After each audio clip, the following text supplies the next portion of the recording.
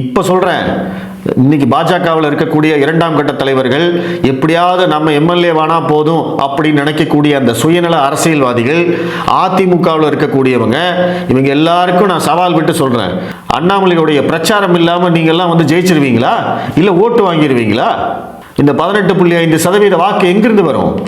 இன்னைக்கு அண்ணாமலையை வந்து பதவியிலிருந்து விலக்கிட்டாங்கன்னு சொல்லி நிறைய பேர் வந்து அண்ணாமலையே சொன்னாலும் நாங்க இந்த வந்து பாஜகவுக்கும் அதிமுகவுக்கும் ஓட்டு போட மாட்டோம்னு சொல்லிக்கிட்டு இருக்காங்க. அவங்க ஓட்டு வேணும்னாலே அண்ணாமலை வந்து சொல்லணும். ஆனா நீங்க அண்ணாமலைக்காக இத்தனை பேர் நிக்கிற போது தைரியமா வந்து அவரை அவமானப்படுத்துறீங்க, அவரை அசிங்கப்படுத்துறீங்க, களங்கப்படுத்துறீங்க. திமுக காரன் எப்படி வந்து பொய் சொல்லி ஏன் மக்களை ஏமாத்துவானோ அதே மாதிரி நீங்க வந்து உங்க கட்சிக்காரனுக்கு எதிராகவே பொய் சொல்லிக்கிட்டு இருக்கீங்க, கூட்டணி கட்சிக்காரனுக்கு எதிராகவே பொய் சொல்லிக்கிட்டு இருக்கீங்க.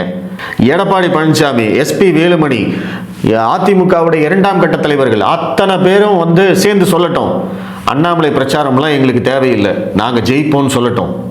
தைரியமான ஆம்பளையா இருந்தா சொல்லுங்க.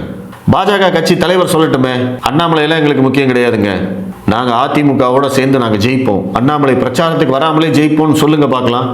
எவனுக்காக தைரியம் இருக்கா? கட்சி இங்க வளர்க்க தெரியல, மத்திய அரசு மேல இங்க பொய்யா சொல்லி பழிய போட்டுட்டு இருக்காங்க, அதுக்கு எதிராக பேச தெரியல, மத்திய அரசோட திட்டங்களை மக்களுக்கு எடுத்துட்டு போக தெரியல. இதெல்லாம் செய்யறதுக்கு ஒருத்தர் வந்தார்னா அவரையும் நாங்க வேண்டான்னு சொல்லுவோம். இதெல்லாம் என்ன மனநிலை? கேவலமா இல்லையா உங்களுக்கு எல்லாம்?